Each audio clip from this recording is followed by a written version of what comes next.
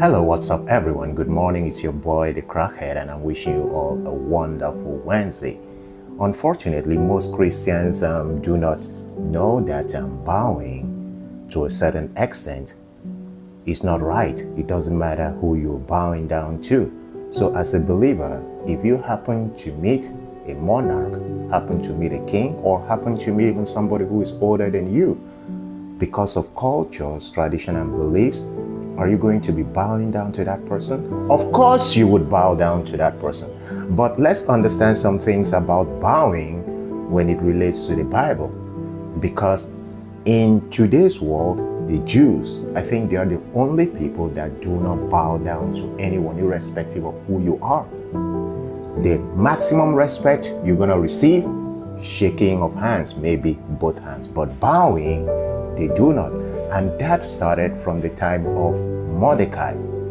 When Haman wanted to destroy all the Jews, Mordecai refused. But before then, in fact, that was what actually started the whole thing, where Mordecai refused to bow down to Haman.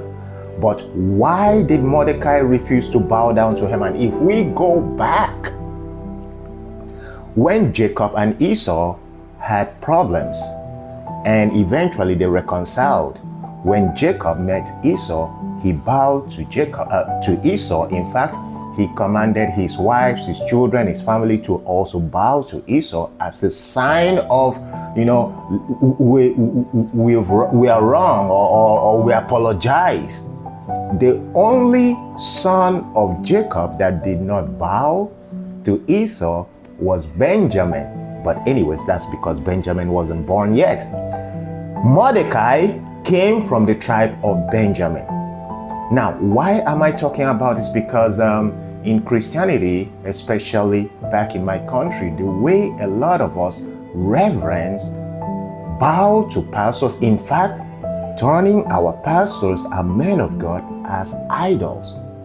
In the book of Revelation, when the angel of God appeared to John the beloved, to show him the vision of eschatology, as John prostrated before the angel told John, do not bow. No, don't do that. Worship, bowing down, and reverence belongs to only God. In the time of Abraham, the first bowing recorded in the Bible, when those three angels appeared to Abraham, when Abraham met them, as in that was the culture of those days, Abraham bowed to those angels. Those angels did not tell Abraham not to bow to him. Why? Because one of the angels was Elohim himself. So it was right for Abraham to bow at that particular point in time. But how about when Abraham met some people and he wanted to buy land from them? And those people told Abraham, no, don't pay. Abraham insisted to pay, that he is not going to get it for free. Abraham bowed to them. With that very action, we can see that Abraham was trying to appreciate them with the offer they made to him.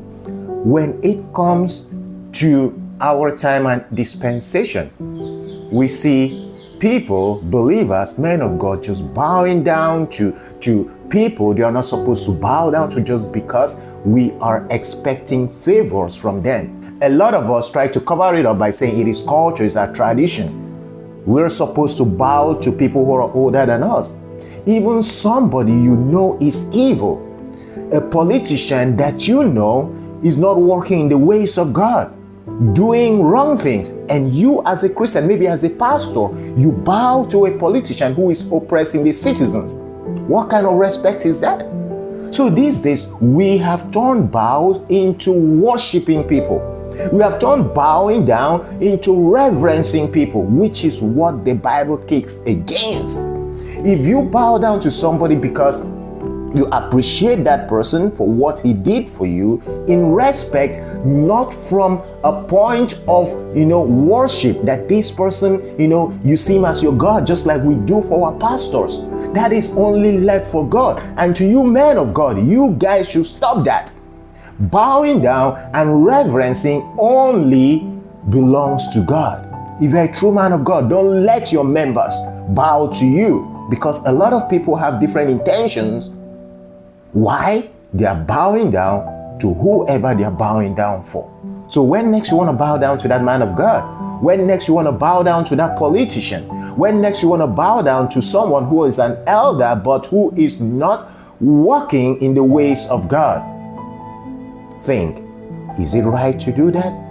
Because you see, the Jews, they bow down to no one. And even in the Bible, God says the only person we should bow down to is God, because it's written in the Word of God, you shall not worship or bow down to these images. And now we know that not only things that are carved by hand can be idols.